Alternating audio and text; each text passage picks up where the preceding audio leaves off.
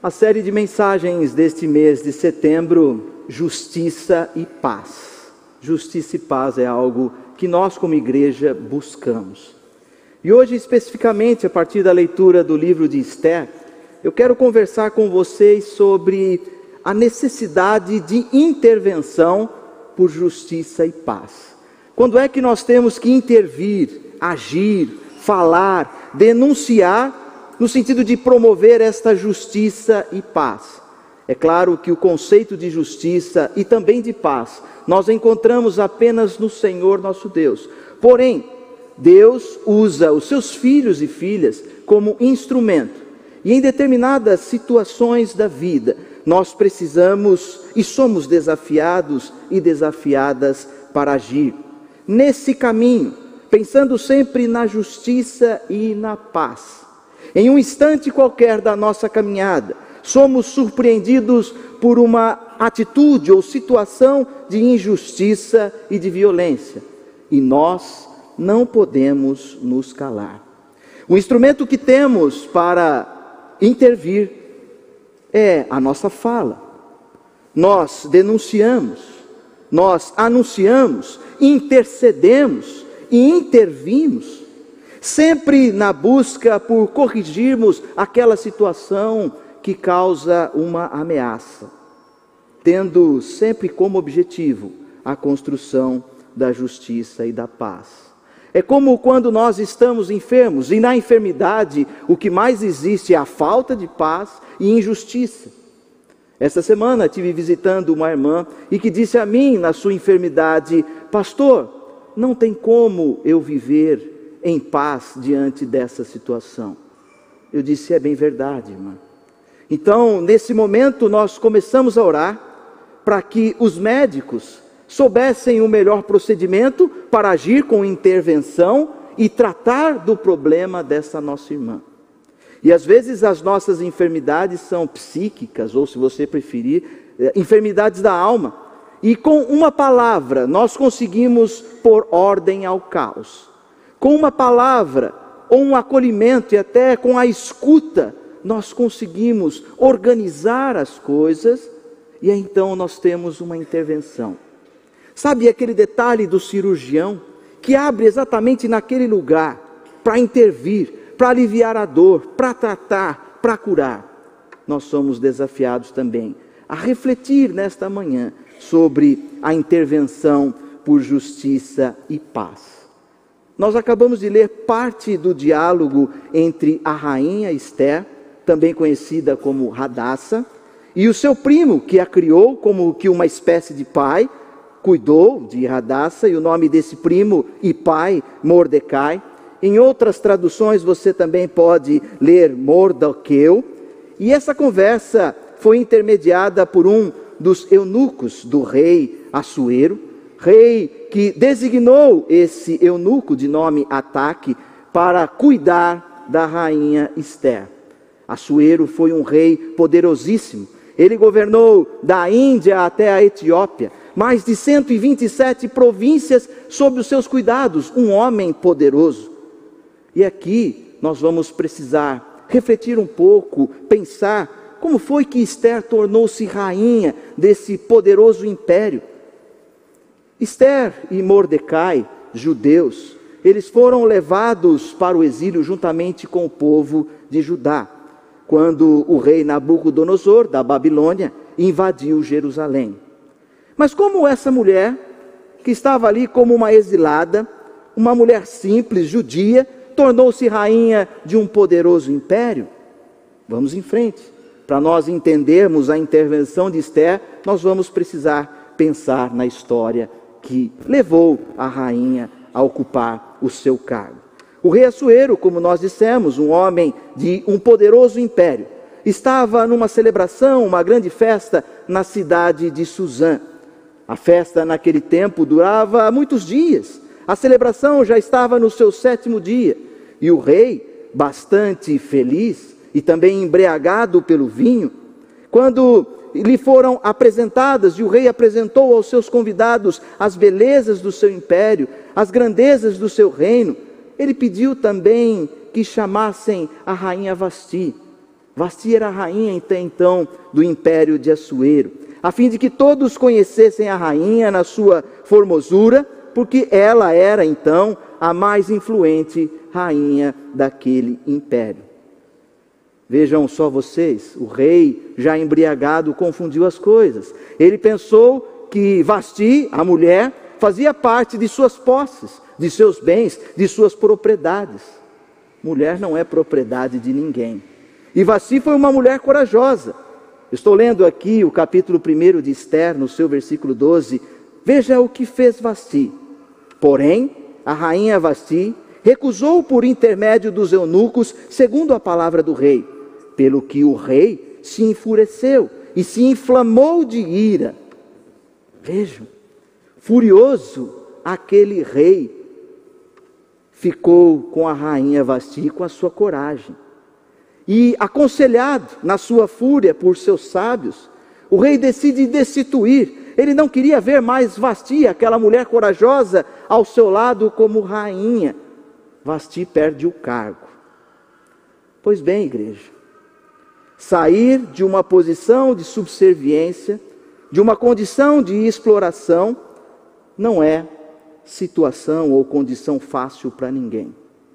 Por vezes, mulheres no nosso contexto, da mesma forma como ocorreu com a rainha Vasti, mulheres são assediadas por homens como que se estivessem embriagados por um entorpecente, ou mesmo pelo seu ego, pelo seu machismo. Mulheres são dominadas e quando se manifestam, injustamente perdem o seu emprego, perdem o cargo e posição social, simplesmente porque interviram diante de um assédio. A história da intervenção começa aqui. Vasti corajosamente não aceitou ser objeto do rei Assuero. Disse: eu não vou, eu vou quando eu quiser. Eu sou mulher, eu sou filha de Deus. Coragem a dessa mulher. Mas nós vamos seguir na história porque nós precisamos chegar até Esther. Assuero precisava repor o cargo de rainha. Então chama os seus líderes, sabe aquele tipo de servo que o rei tinha? Aquele servo que nunca contraria o seu senhor, mesmo quando ele está cometendo uma tremenda besteira. Aquelas pessoas que querem apenas agradar e estão em busca de poder, prestígio, privilégios e bens. Esses não tinham coragem de apontar o rei e os seus erros. E esses líderes, essas pessoas que estavam ao lado do rei, disseram ao rei, juntamente com o rei, pensaram em apresentar todas as jovens que existissem ali no império e que fosse escolhida dentre elas a nova princesa, a possível rainha. E é nesse momento que uma mulher judia da tribo de Benjamim, criada por seu primo e pai Mordecai, é escolhida pelo rei. A formosura de Esther chamava a atenção. No texto bíblico, no capítulo 2 do livro de Esther, o autor diz que a boa aparência e formosura de Esther chamaram também a atenção do rei. E por esse motivo, a nossa personagem de hoje, Hadassa ou Esther, foi escolhida rainha. Não pensem vocês que essa história acaba como aquelas que nós observamos nos desenhos animados, como as nossas crianças estão acostumadas, onde a princesa se casa com o rei ou com o príncipe e vivem felizes para sempre. Até daria um enredo muito bonito, uma mulher pobre, humilde, plebeia, se casa com um rei rico, poderoso, e ambos vivem felizes para sempre. Errado, não foi isso que aconteceu. Um desses que caminhavam ao lado do rei, homem que estava em busca de prestígio, poder, de riquezas. O nome desse homem, Amã. E nós agora vamos chamá-lo de Mau Amã, porque era uma pessoa ruim.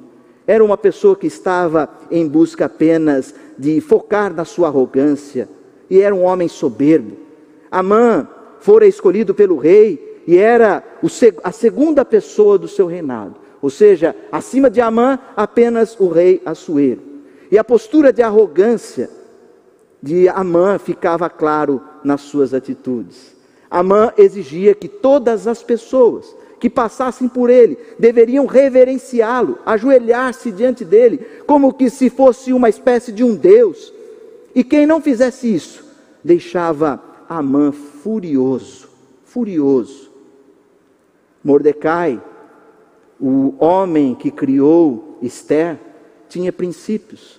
Desde os primeiros tempos, ele sabia que ele deveria ajoelhar apenas ao Senhor, ao Deus de Israel, ao Deus que ele cresceu escutando e ensinou a sua prima e filha Esther. Na atitude corajosa de Mordecai, ele não se ajoelha para Amã. E Mordecai era uma pessoa de Deus. Eu fico prestando atenção em Mordequeu, ou Mordecai, como você preferir. Ele também respeitava as suas autoridades. Tanto assim que no mesmo capítulo 2 de Esther, versículos 21 a 23, num momento em que dois eunucos, chamados Bigtan e Teres, eles tramavam um plano para derrubar o rei Assuero, Mordecai escuta esse plano e denuncia. Vejam, mais uma intervenção. Ainda que o rei fosse injusto, não era dessa forma, não era através de um ataque violento que ele deveria ser destituído.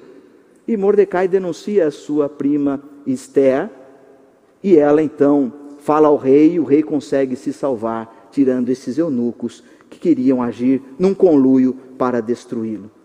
Mas voltando à relação entre Amã, o mau Amã, e Mordecai, quando ele vê aquela recusa em se ajoelhar, quando Mordecai corajosamente não se ajoelha para o poderoso e mau Amã, isso irritou profundamente. Pessoas que estão em busca de privilégios e reconhecimentos não gostam de ser contrariadas. Pessoas que estão em busca de privilégios e poder não gostam de ser contrariadas. E que dirá então criticadas. Na sua fúria, na sua raiva, Amã manipula o rei Assuero, que promulga um edito, uma lei irrevogável, carimbada com o próprio anel do rei, para que os judeus, o povo de Mordecai, o povo de Esther, fosse morto. E o judeu morto por alguém do império de Assuero era tido como um prêmio, né? Aquele que matasse um judeu receberia um prêmio do império, uma quantia de prata.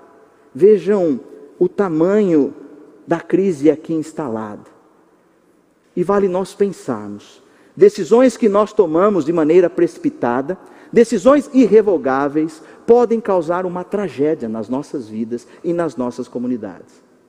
Por isso, meu irmão e minha irmã, antes de você tomar uma decisão, reflita muito bem, pense, e até avalie as possibilidades de como, se isso não der certo, como é que nós devemos fazer. O rei não refletiu, influenciado pelo mau Amã, ele cria uma lei extremamente violenta. O povo judeu estava ameaçado mais uma vez. Judeus e judias estavam na iminência de serem dizimados. Era necessária uma intervenção. E Deus usa filhos e filhas dele para intervirem, para falarem, anunciarem em busca dessa justiça e paz. Ainda que tenha existido, e depois você leia o livro de Esther, Esther conseguiu falar com o rei, mas infelizmente essa lei irrevogável, falou com o rei, mas uma lei irrevogável, trouxe a morte de muitas pessoas. Os judeus conseguiram se preservar na sua maioria, mas só em Suzã, a cidade do rei, foram mortas mais de 500 pessoas. Capítulo 9, versículo 16 do livro de Esther, diz que em todos os 127 principados do rei Assuero, mais de 75 mil pessoas foram mortas, por conta de uma inconsequência, uma manipulação de quem está em busca apenas de poder, prestígio, privilégios e bens. Mas hoje eu quero destacar a atitude de Esther, uma intervenção por justiça e paz. Quando os filhos e filhas de Deus são chamados para intervir, falar e denunciar, com o intuito de promover justiça e paz. Quando é que isso acontece? A pergunta que nos desafia, você certamente tem vivido situações de injustiça e está se perguntando diante de Deus: Pai, quando é que eu devo intervir? Quando é que eu devo me manifestar? Esther e a sua devoção a Deus nos ensina quando é que eu e você devemos intervir. Esther entendeu que era a hora, e motivada pelo seu primo e pai Mordecai, entendeu que aquela é a hora de uma intervenção, quando ela viu a vida ameaçada. Quando a vida está ameaçada, é necessário uma intervenção. Esther, Mordecai e o povo estavam ameaçados pela morte. O mau Amã convenceu o rei Assuero a promulgar uma lei irrevogável.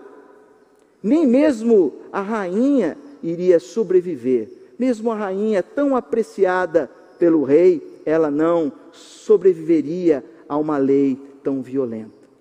E aí, motivada por Mordecai, Esther entende que era a hora de agir. Versículo 13 que nós lemos do capítulo 4 de Esther, diz o autor bíblico: não imagines que por estares na casa do rei, só tu escaparás entre todos os judeus? Mordecai estava dizendo: olha, você também vai ser morto. Até então Assuero não sabia que Esther vinha do povo de Deus, a origem dos hebreus, dos judeus. Ou seja, quando o rei descobrir que você também é uma judia, você será morta. Diante desta ameaça, a rainha não podia calar-se. Irmãos, aqui eu quero entrar na particularidade de cada um. E aqui eu não vou expor, mas eu quero que você reflita. Existem situações na nossa vida que o mais cômodo parece ser o silêncio, não é? É melhor eu não intervir. Quer dizer que se eu falar, eu vou criar uma instabilidade. Ainda mais diante de pessoas que não gostam de ser contrariadas. Eu acho que eu vou ficar no meu cantinho, em silêncio. Para que me indispor?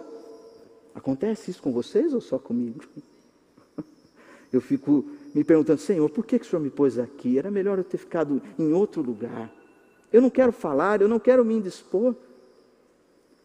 Mas se nós ficarmos em silêncio, a morte é certa. Se não ocorrer essa intervenção, se os bons, e nós somos bons não é porque nós somos especiais, mas porque Deus habita em nós.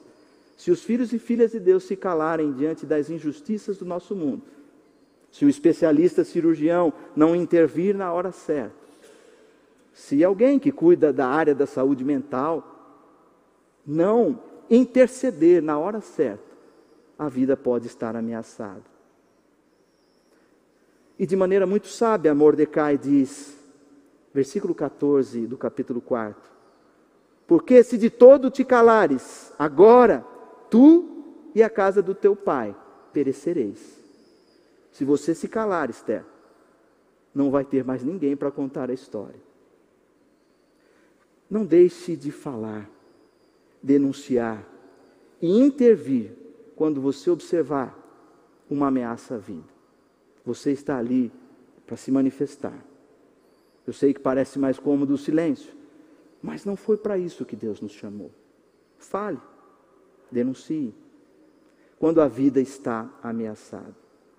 E o que nós vamos fazer para usar denúncia, para falar, para intervir? Ora, para intervir, use as estruturas que você tem à sua disposição para falar, para denunciar, para intervir.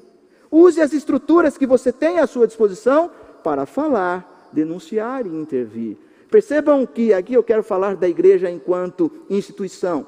Esse espaço que nós temos, e nós temos, graças a Deus, um espaço de fala aqui em São Paulo, no Brasil. Nós devemos usar este espaço para nos manifestar, denunciar e intervir quando a vida é ameaçada. Vamos pensar naquela história da rainha Vasti, na condição das nossas mulheres. As mulheres têm sim os meios legais para realizarem a denúncia quando sofrem ameaça, quando são assediadas. Procurem a pessoa a quem de direito, mas não fiquem em silêncio. Não apenas por você, mas por toda uma representatividade. Essas mulheres devem usar as suas estruturas, e a igreja é uma delas. Existem estruturas que o Estado nos coloca à disposição para denunciarmos as ameaças ao assédio que tira a vida de muitas mulheres. Esther, aqui no texto bíblico, ocupava uma posição e uma expressão comum. Esther tinha um lugar de fala. ela tinha e representava muita coisa. Ela não podia ficar calada. E Mordecai sabia disso. Era a rainha judia, sua vida e a vida do seu povo estava em perigo. Nós também devemos usar as nossas estruturas para a defesa da vida. Use os seus recursos, use suas posições. Mordecai disse para a filha e prima: e quem sabe, Esther, e quem sabe se para esta conjuntura não está aí, não ocupa esse lugar de rainha? Versículo 14. E quem sabe para esta conjuntura é que fosse colocada como rainha? Isso aumenta a nossa responsabilidade, igreja. O espaço que nós ocupamos não é para nós mesmos. Eu não estou aqui para fazer a minha vontade. E vocês também não. Nós estamos aqui para anunciar, intervir e denunciar quando a vida está ameaçada. Este espaço não é meu, assim como de todos os oficiais e assim como cada irmão e irmã aqui. Esse espaço não é nosso. Nós estamos aqui para anunciar algo muito maior. Certamente nós passaremos e nós esperamos que as nossas gerações futuras assumam esse mesmo legado importante de ocupar essa estrutura para denunciar, para intervir quando existe ameaça. É muita responsabilidade nossa, mas não se esqueça que você não está sozinho. Deus está contigo. Fazendo isso, você está cumprindo a vontade de Deus para a sua vida. Ele te fortalece. Tenha certeza disso. E talvez você esteja perguntando: mas é fácil, né? Ocupando o cargo de rainha, denunciar uma injustiça e uma ameaça. Errado, mais uma vez. Esther corria risco de vida, ou risco de morte, se você preferir, ao procurar o rei sem a devida autorização. Naquele tempo, homem ou mulher que se chegasse ao rei, e o rei não o convidasse, não queria atender esta pessoa, se o rei não levantasse o seu cedro, aquele bastão de ouro, essa pessoa seria morta. Esther precisava intervir, e naquele momento a sua vida corria risco. A morte, mais uma vez, à frente de Esther, e ela precisava de coragem. Mulheres têm mais coragem do que nós homens, certamente. Outro dia, e já testemunhei isso a tantos irmãos, alguém disse: mas será, pastor, que minha esposa suporta? Eu disse: suporta sim. A tua esposa carregou o teu filho no ventre por 9 meses. Deus deu força à tua mulher, ela deu vida a uma criança. Ela vai suportar e vai ser o seu suporte nesse desafio que você está enfrentando. Esther foi esse suporte para o povo dele.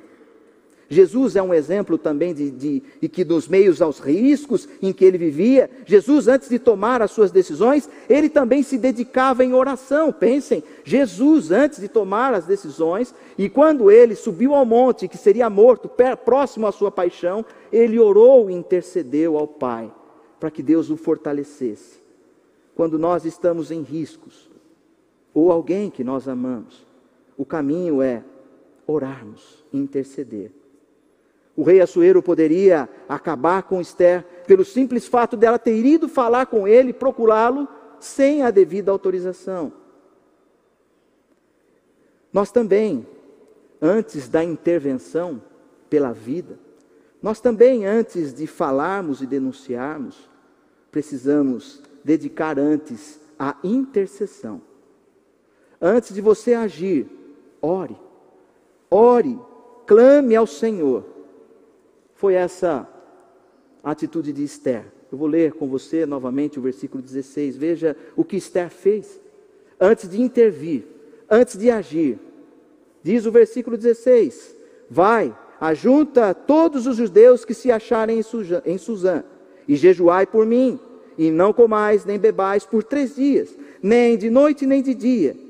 Eu e as minhas servas também jejuaremos. Depois irei ter com o rei, ainda que é contra a lei, e se perecer, pereci. Que atitude corajosa. Mas antes ela intercedeu. Percebam também que a lei não permitia que ela falasse com o rei. A lei estava promulgada e irrevogável, prevendo a morte. Isso nos leva a refletir que o conceito de justiça é muito além do que seguir a lei. Se você é um irmão, uma irmã que segue a lei, no máximo você é uma pessoa legal, né? Justiça está para além disso. Pessoas legais tendem a ser legalistas. Legalistas. Esther infringiu uma lei em favor da vida. Mas para fazer isso, irmão e irmã, a gente precisa estar debaixo de muita oração. Porque quando nós oramos, nós buscamos em Deus prudência, reflexão profunda das nossas atitudes, a fim de não cometermos injustiça e danos ainda maior. Igreja, para concluir, você e eu, para concluir a nossa conversa, você e eu somos chamados para intervir, para atuarmos, para valorizarmos a vida, visando sempre esta construção de justiça e paz. Por isso, aonde você estiver, atue, trabalhe, fala e denuncie quando a vida está ameaçada. Utilize todos os meios, recursos que você tem, os espaços de qual você compõe e faz parte, onde você está inserido, use toda essa estrutura para falar e interceder. Mas antes, ore, clame e peça a direção de Deus, antes e enquanto você atua.